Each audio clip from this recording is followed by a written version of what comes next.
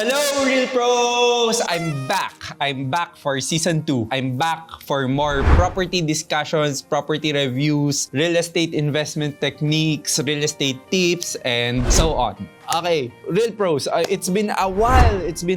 No? It's been 2 months. Ang dami nangyari. To give you some updates, so I went on a holiday to the US. I spent a month in the US. So then when I got back, it was busy season because it was Christmas. Come January, everyone was sick. Everyone got COVID. Hopefully, you guys are staying safe. You guys are staying healthy because health is wealth and health is an investment, just like in real estate. So eventually, I went back to school because, I love studying. So currently, I'm studying again at University of Oxford. So I'll be flying back and forth this year from the Philippines to the UK. But in general, I'm just happy we are renewed for another season. So please do support me by subscribing to this YouTube channel so we can create more meaningful videos. Okay, so if you're ready, Real Pros, let's begin with Season 2. So because this is the pilot episode of Season 2, it needs to be special. It means it needs to be a treat for you guys. And because of that, I'm taking another risk here, or risking this content by giving you an insider information. This information will help you plan your investments in 2022. Okay, let's begin. So what is this insider? So of course, based on the title of this video, I will talk about the properties in the pipeline that are lined up in 2022. So these are your upcoming properties for launches this year. And as much as I want to give all information, I could only give a few na hindi naman ako mapapahamak while we are waiting for the license to sell or the permits of these properties. Disclaimer, this is not a property review or these are not yet my top picks for 2022. It doesn't mean that these are the properties that are good for flipping this 2022. I just like to talk about few of the properties that would be launched this year. And you know that when you're able to buy a property during its pre-launch stage, you get the best deal. Why? Because you get the rock bottom price. It means that even if you want to sell the property prior to the turnover or you want to sell the property 1 to 2 years after the investment, no one would be able to sell a price lower than your acquisition price. So the tendency is you really make a profit when you buy the property during the pre-launch stage because it's the rock bottom price. Okay, so here we go. Let's start with basic. DMCI. DMCI would usually launch 5 to 6 projects in 1 year plus additional towers pa.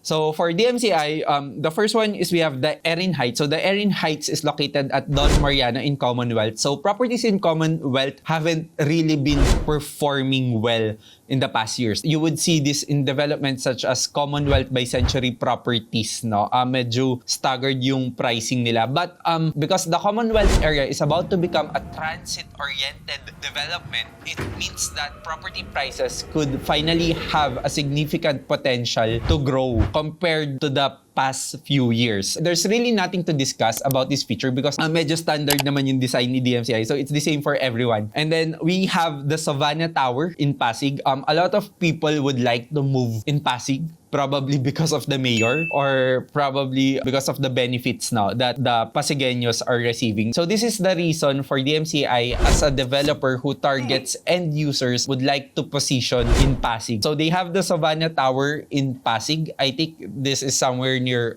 Pure Gold in Pasig. Again, this is not Ortigas area but really the Pasig residential part going east side. This is a good alternative, like whether you would rather choose a house in Antipolo or in Taytay, you would rather live in a condominium in Pasig area. Not as expensive as the condominiums in the Central Business District, but of course, easily accessible. The third property for DMCI this 2022, this is the much-awaited property and was delayed for the last 3 years and we've been waiting for this property. It's the Sage Residences in Mandaluyong. So this is near Kai Residences. If you look at the DMCI properties from the other side of EDSA, this is your Brio Towers, your Kai Residences, your Dansalan, and all those other properties. They're actually performing really well. well, especially in terms of like there's a lot of people renting, there's a lot of people living in that area. It's easily accessible to Makati, it's easily accessible to BGC, it's really easily accessible to Ortigas area. So there is a really good market on that side of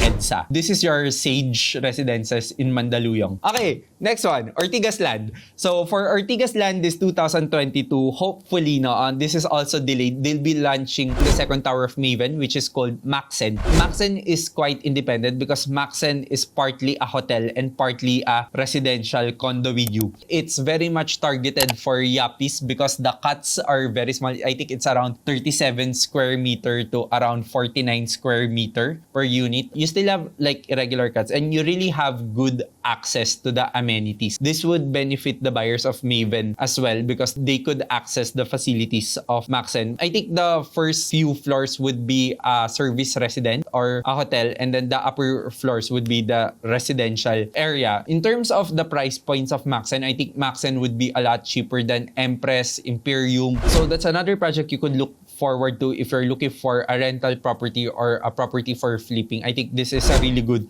project. The next one is a project by Federal Land. I cannot say the name yet, but it's located in the Manila area. It's very near Luneta. It has a very, very good view of Luneta Park. It's almost the same as the Torre de Manila. But of course, they won't have the same issues anymore kasi pinagdaanan na ni DMCI yung mga issues na yun eh. Let's just call this property X, and this property has a lot of potential because it has the unique view of Manila. It has the view of the historical sites. It's a high-rise property and there's a really strong potential for growth if you want to stay in that area. Manila properties have been performing very well, especially during the pandemic. They don't really have that high vacancy rate. They continue to appreciate slowly but surely. It's not a drastic growth. At least you know that the prices are not speculative enough. So that's for Federal Land. And then we have Shangri-La Properties. So for Shangri-La Properties, these are properties I'm actually looking forward to and I would like to buy and I would like to invest. So there are two properties this year for Shangri-La Properties. I know the name but I won't say it for safety, but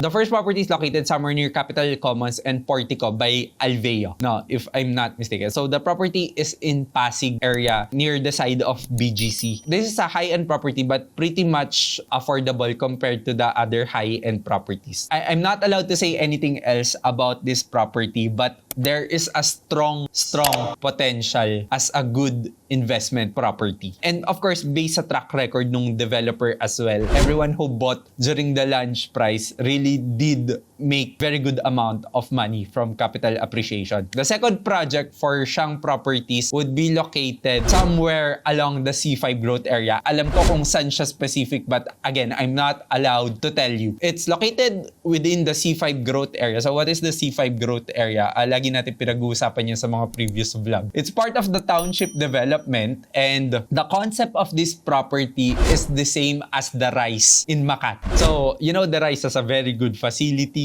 and if not for the pandemic, I'm sure that's a property na talagang sobrang okay yung performance because Makati is one of the badly hit areas during the COVID pandemic. But the point is, this property would, in terms of the design, in terms of the market, this property would be similar to the Rise by Shangri-La in Makati. So let's just name this property the Rise in C5. Ako lang yun I'm just inventing names because I'm not really allowed to say anything. I would love to buy from this property. I really do. So position your investment well. I've never seen a Shangri-La property na hindi maganda yung amenities. I have high regards for this developer but it's just like there's a lot of missed opportunities pagdating sa kanya. So hopefully you don't miss this opportunity to invest here. Lastly, of course, for SMDC, I'll give a very generic project update. They'll be having a lot of mid-rise development this year, really a lot, but some locations would be in Laguna and they'll have their first mid-rise development in Pampanga as well, in Iloilo, in Bulacan, and in Cavite. So that's it for our Insights Real Pro. Again, the purpose of this video is not to promote but rather for announcement purposes only. It's not meant for promotion or sponsor purposes, I still followed the rules of DSUD or the Department of Human Settlement and Urban Development. I just give the insights really for you guys to have a very good idea of what's coming for 2022 as economy starts to open, as everything's going back to normal. Even if we had very, very high cases at the start of the January, we did not go into lockdown, which is a very, very good signal that we are going back to normal and we have to start living with COVID, or we have learned to live with COVID. Thank you very much, Real Pros, for watching this vlog. I hope it was helpful. I hope it was insightful. If it was, please comment it down below. Please comment kung sang property kayo excited. Save as much as you can. We don't know if these properties would really push through this 2022, but hopefully they would. So hopefully we benefit from these upcoming projects. So again, Real Pros, thank you for supporting me. I look forward to making videos this 2022 and having a fruitful year with the Real Pro community. Again, this is Richard C., your real property expert. Don't forget to like, subscribe, follow me on my social media accounts, and I'll see you real soon. Bye, Real Pros.